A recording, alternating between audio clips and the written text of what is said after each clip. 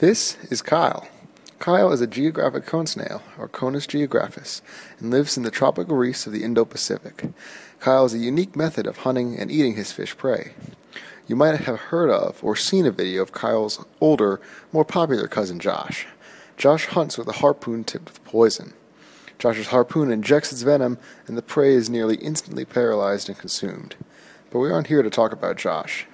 We are here to talk about Kyle. Kyle uses a similar kind of venom, but a very different method to get the venom to the fish.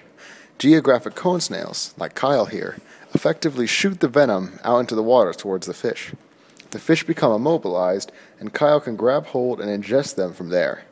Just what can this venom contain that is so potent that it acts nearly instantaneously? Recent research shows that the venom cocktail contains something very unexpected: insulin. Insulin is a hormone found in humans and is most commonly associated with people suffering from diabetes. It is a molecule that can be traced back over 1 billion years, and evidence has been found that it existed even in the first unicellular eukaryotes. It is a hormone that regulates glucose levels in the blood. It is produced in the pancreas along with its sister hormone, glucagon. Together, they help allow for blood glucose levels in the body to stay constant, which allows us to have enough fuel to metabolize energy and carry out our daily activities. Insulin is released when blood glucose levels are high and activates receptors on body tissue cells to open up channels to allow glucose to enter the cells, which lowers the glucose levels in the bloodstream. In diabetic patients, either insulin cannot be created by the body, as seen in type 1 diabetes, or the receptors on the body cells have become desensitized to insulin and do not allow the glucose to leave the bloodstream and enter the body cells. However, human insulin is not the same as what is found in Kyle's venom. Insulin used by geographic cone snails like Kyle is a unique, modified form of insulin. The insulin isolated from snails like him is shorter than that of any other insulin isolated from another animal. The insulin from the cone snail's venom gland is 43 amino acid building blocks long, which mimics that of the cone snail's prey.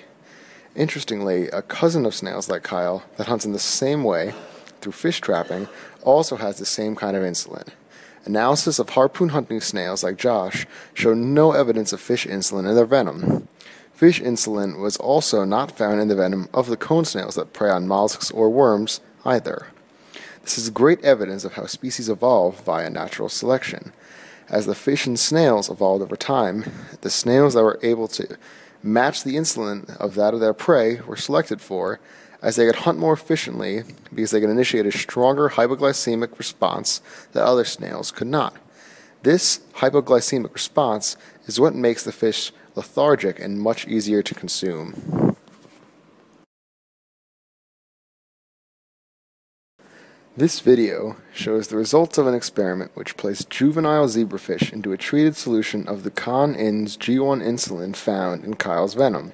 The specimen exposed to the insulin was slower to move and exhibited less activity than the regular untreated fish.